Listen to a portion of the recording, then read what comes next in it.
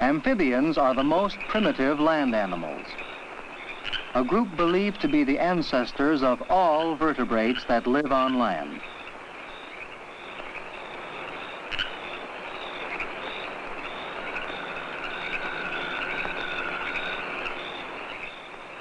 They are something like fish out of water. Their movement over the land is reminiscent of the movement of fish in water. This is not surprising in view of the fact that the ancestors of amphibians probably lived only in the water during a time when ponds were drying up. In order to survive, such animals had to have the ability to move from a drying pond to one that was not yet dry. How did animals capable of making such a transition happen to originate? About 350 million years ago, during the Devonian period, when large areas of land were swampy, there existed fish that had some amphibian-like characteristics. Such fish still exist. They had bony fins, which we now know are capable of evolving into legs. Within each fin were 3 basic bones. The basic bones of such a fin are comparable with leg bones of a primitive amphibian. Other bones of the fin were irregular. We now know they were evolving into toes. As changes occurred, certain lobe-finned fish became modified, became capable of existing on land. They were the first amphibians. Fossil skeletons indicate some of the intermediate steps in the development of amphibians. Although many stages in the transition are unknown, we do know that the skin came to be an accessory breathing organ. Furthermore, improvements occurred in the blood supply system. Amphibians evolved a system that delivered blood from the lungs to the brain, the control center of the body. A system having a 3-chambered heart to keep fresh, oxygenated blood separate from blood returning from the tissues. Evolution, taking place over millions of years, produced the amphibians found on Earth today, animals that are imperfectly adapted to both land and water. Their limbs, sprawling on both sides, do not succeed in lifting the animal's abdomen from the ground.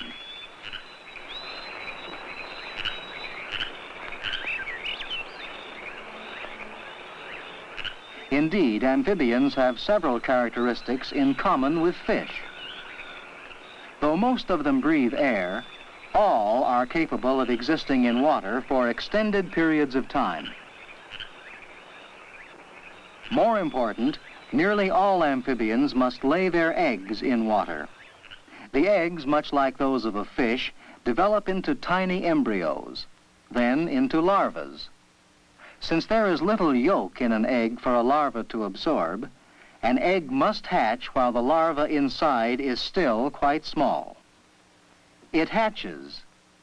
The emerging larva lives a fish-like existence. There are gills for respiration, and there is a well-developed tail for swimming.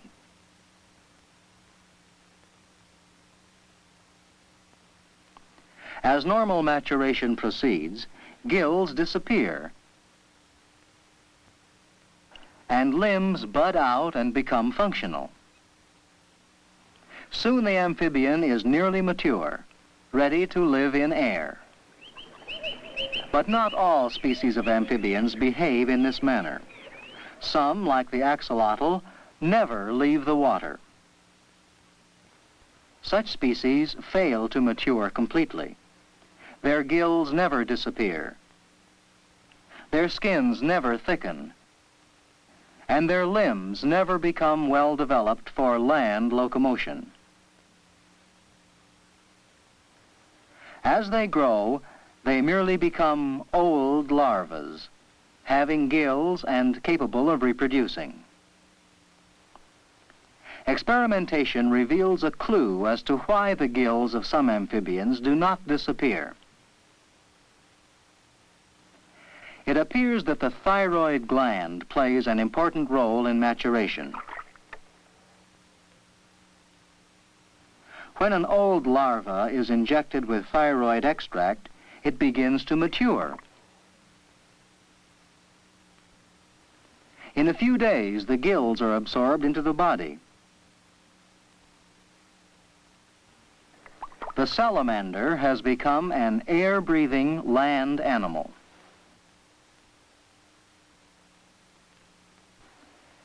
Amphibians are found in and near almost all the fresh waters on Earth. In freshwater areas, one may find several orders of amphibians. In the water are salamanders. Some, like the Congo eel, are highly specialized for existence in water. Their legs never become suitable for movement on land.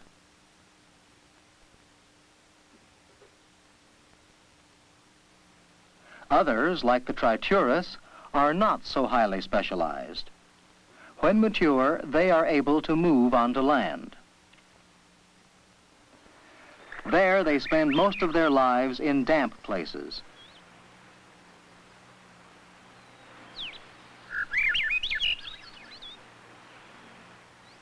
Such amphibians must remain in damp places, for, you recall, their skins act as accessory breathing organs.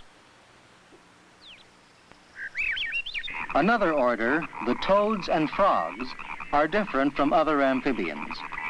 They lack tails in the mature stage.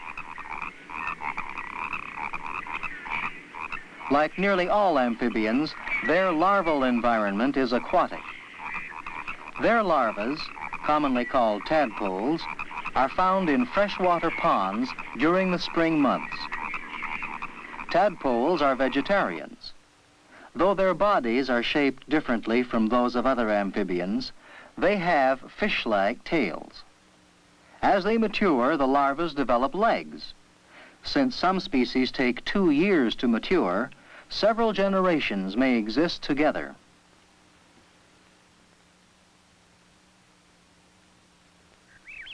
Mature frogs are capable of quick hopping movement, though their sprawling amphibian legs make plop landings inevitable.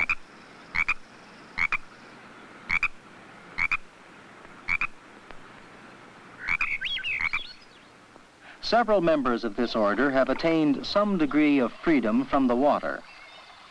They have moved onto land, into trees, which provide a humid atmosphere. They are the tree frogs. This South American tree frog secretes a protective poison. Some tree frogs lay their eggs on the undersides of leaves. Some toads are adapted to live in dry desert environments. In order to survive, their larvae must, at some stage in their development, live in a wet environment. A third order of amphibians, the caecilians, have no legs. Like all amphibians, they are of interest to biologists in their study of the biotic world. In particular, scientific experimentation upon amphibians has increased our knowledge of embryology and development. Embryologists work with developing eggs of amphibians. They may remove, add, or transplant portions of an egg. Then they examine the developing amphibian over a period of time. How will the embryo develop? Will it mature? How will it differ from the norm? Such experiments give us important information about the process of animal development, as well as about the biology of amphibians, animals that are something like fish out of water, the lowest vertebrate animals that have adapted to life on land.